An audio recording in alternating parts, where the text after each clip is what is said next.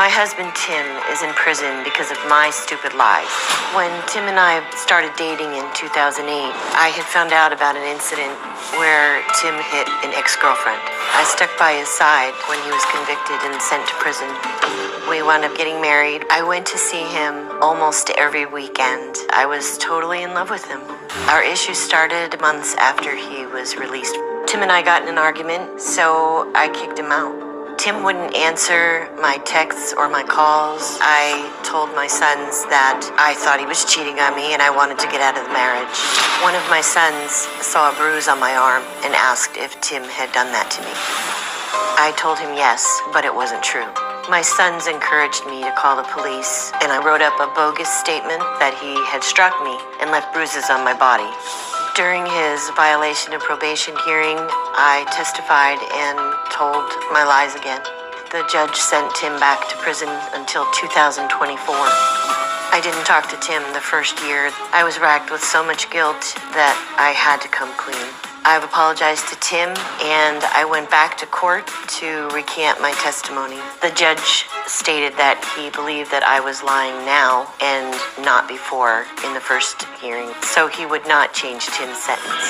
I could have been charged for perjury and gone to prison for 5 years. I'm ready to face the consequences to help Tim get out of prison. You're really wanting to convince the judge that you're telling the truth now. Yes, sir. Even at your own peril. Absolutely. Because if he believes you now, then you're guilty of filing a false police report, lying under oath, which could be considered perjury. And the judge is not believing you. Why? He had me in his courtroom saying that I lied before, and he watched the tape from the first VOP hearing and said that he believed that and not the testimony that I was giving in front of him that day. And you can bet he's going to be watching this. I sure as hell hope so. And that's why I contacted your show, because I just want everybody to know that he is innocent and he's never laid a hand on me, ever. And so I just want to stop it right there, guys.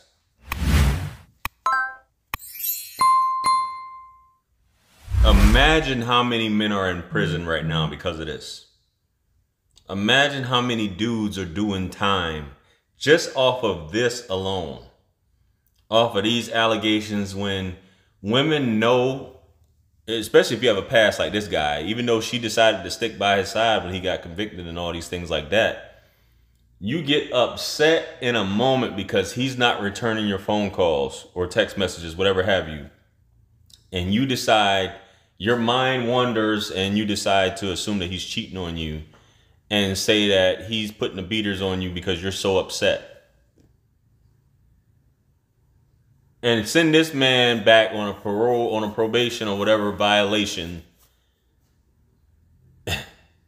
And now he's in prison, finishing out his sentence or whatever for 2 more years for something that, and that's bad when the person that you love lied on you, sends you to prison, they're sitting back at home, and you're in there for something that you didn't even do. You trying to stay on the straight and narrow.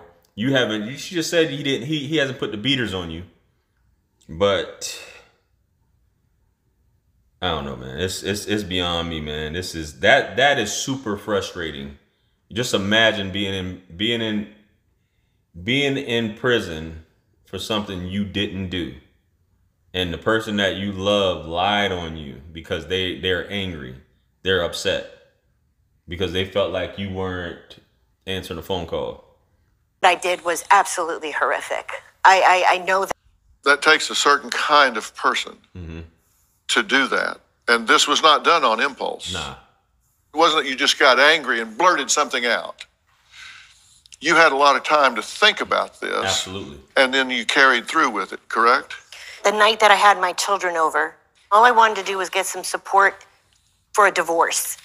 And unfortunately, I at the time had a bruise on my arm, this arm on the left side.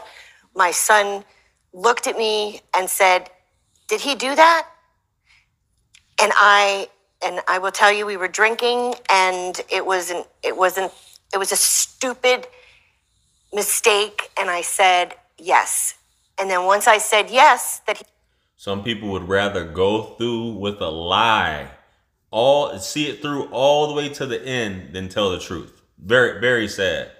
Very sad. He had bruised me. I felt like I was stuck. I felt like I couldn't go back. Well, here's what you said on your police statement. You said, my husband, Timothy, came to my house, and these are excerpts. You questioned him on infidelity. He slapped me in the face. I returned slapping. He punched me in the arm, pulled my arm back. He left a bruise on my arm. I'm afraid of him, and I want to pursue charges. So how long has he spent in jail because of your lie? He's been in since, April 12th of 19. So be almost 3 years. Like 2 years, 11 months, it's 1,076 days, 25,824 hours. If you really, really felt bad about this, you would know to the hour. If you look at the totality of everything and look at the evidence, that there's just no question that Sue is lying. The system is so flawed. No one would talk to me. No one even asked me what had happened. They didn't even have any proof that I was there. They just arrested me on her word. Have you ever been physical or violent with guys? And strange enough, that I know in my state, if you're just accused of doing something, you will get arrested. If you're accused of CDV,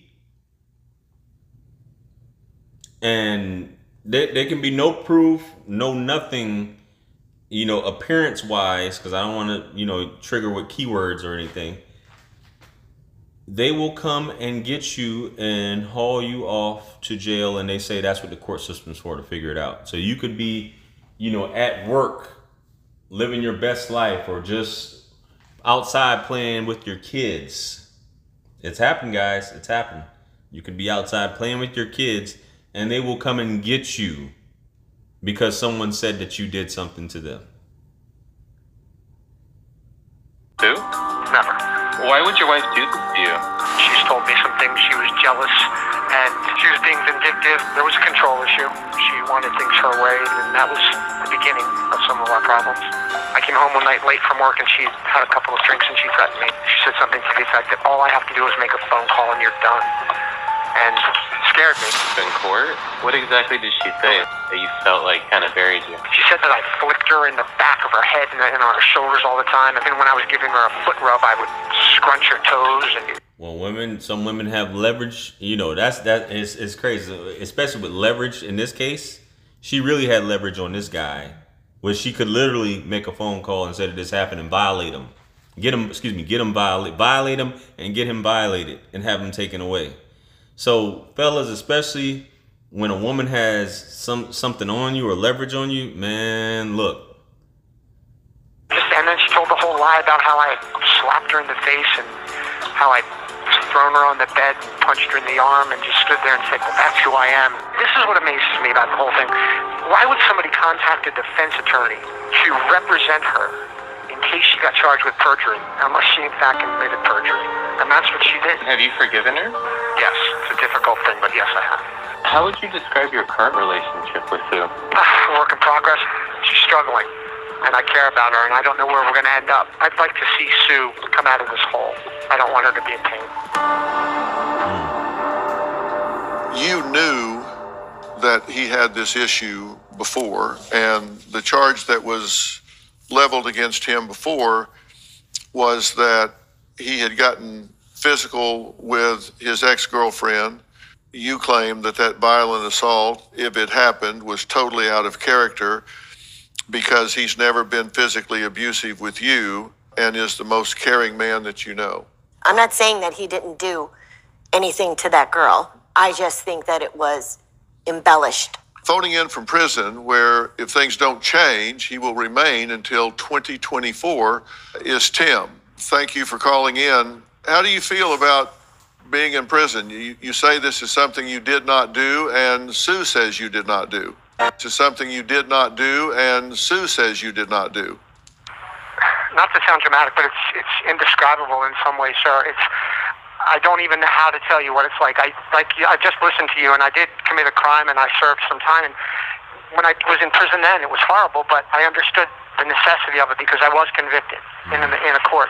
But being sent back to prison for having done nothing is just, it's surreal and it's indescribable. Right. And Sue threatened you a number of times before she actually filed a charge against you, correct? Yes, sir. All right. When she started making these threats against you, you had to realize that you were really in jeopardy. Why did you continue to subject yourself to that risk, that exposure? I love Sue, so that's why I married her, and I wanted to continue to try and work on our relationship and see if we could figure things out and maybe get past this. So that's probably the best explanation. I didn't follow the advice of friends and family, and I continued to see Sue because she's my wife, and that means a lot to me. And when she accused you of cheating, what did she do? It was, most of the time, I would say 80% of the time, was in a threatening nature. There were 4 separate occasions where she threatens me with contacting the police or my probation officer. Hopefully, Dr. Phil can help me clear Tim's name. He was on probation for assaulting an ex of his. A prior conviction shouldn't be the only reason to convict someone on a second crime that they may or may not have committed. Things should be investigated and not just assumed by the court. I hope other people watching our story don't make the same horrible mistake I made just because they're angry at someone. I look forward to meeting the body language experts so they can determine whether or not I'm lying. And if they're truly good at what they do, then they'll know I'm telling the truth. I'd like to welcome my good Body language experts. So she did all this, and this has happened constantly in the court system where the statement will be recanted. They're sorry, they try to get the guy out now, but a lot of times judges like, we're not trying to hear that. But it's to this extent where Dr. Phil pulled out the body language experts to present. Hopefully the judge will see this and say, let's let him go. friends and colleagues, Scott Rouse, Greg Hartley, Chase Hughes, and Mark Bowden, better known as the Behavior Panel. They are the world's top body language and behavioral experts. Guys, thanks so much for being here. Thanks for having us. You guys have been watching my conversation with Sue. What do you think about what Sue's saying? There's lots of reasons people show stress. She's showing a whole lot of stress. When we think about stress, fight or flight, respiration increases. You'll see a bunch of mouth grooming, those kinds of things that people do. That doesn't mean you're lying. It simply means you're uncomfortable. But what you'll often find when you're dealing with that is the person that doesn't know body language will jump to a conclusion. If they feel fight or flight, then they must be lying. And they also have the added danger of, if I release this person, I'm wrong, there's more consequence than if I keep the person I'm wrong. But here's some absolutes we do know, is that people absolutely breathe in and they breathe out. And when they're making stuff up, they tend to be very energized, very buoyant, very up.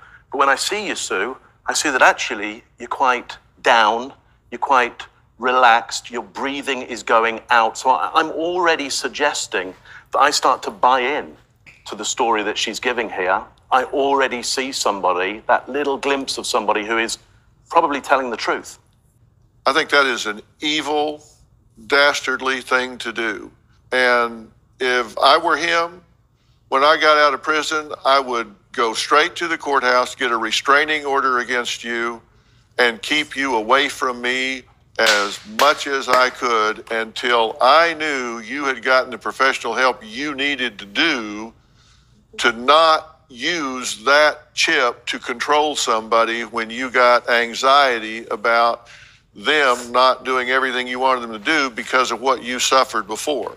The judge that you're better off getting treatment than you are incarceration, and that would probably serve society better. Would you agree? Oh, yes, definitely. So thank you again. The thing that's so scary about this is, and I'm not, this goes on. It's not just me knocking women, but this goes on far too often where all a woman has to do is pick up the phone and say certain keywords and it's over for the guy.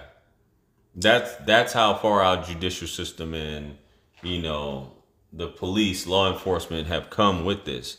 And I understand why it's gotten to that point, but many women weaponize it, take advantage of it, and just destroy men's lives. Women, like the court system in general, seems like it's a complete advocate of women, and whatever they say has to be gold, has to be the truth. And a lot of times it's not, and this is just a clear example. How do we get around this? How do we protect ourselves? You know, we have a lot more technology now than some decades ago, or even like, you know, 5 years ago. We have stuff, but you having to go to that extent. But guys, it's very important that you protect yourself. Definitely look for the signs when you're dating a woman to just watch out for this, because this can just, I don't even want to talk about it. This is just maddening for anyone to watch. The fact that you could be that jealous, that insecure, that upset, and you end up becoming vindictive and go through this entire process testifying, writing police reports, saying he did something that didn't happen. And obviously you have a substance problem, or drinking problem, if you will. I don't know. There's a lot to unpack in this video. Guys, let me know what you guys think. Like, share, comment, and subscribe. If you're dealing with something like this, or you don't know where to turn, man, check it out. Book a consultation with yours truly. Book a session. You guys will see the link up here in the corner. I look forward to hearing from you guys. Make sure you guys purchase all my books and merch. Follow me on Instagram. I will follow you back. I look forward to seeing you guys on the upcoming live streams. You know, I'm here for the average man, here for the average family, here for the average woman, here for average people. So I look forward to chopping it up with you guys on one of my live streams. Make sure you guys tune in. And with that being said, listen, this is wisdom. Peace be upon you all. The mercy and blessings of the Almighty. And we'll catch you guys on the next one. I'm out. It's God's beat maker. And I don't know. I will put a light in the sky for the G's that done turn memory from go.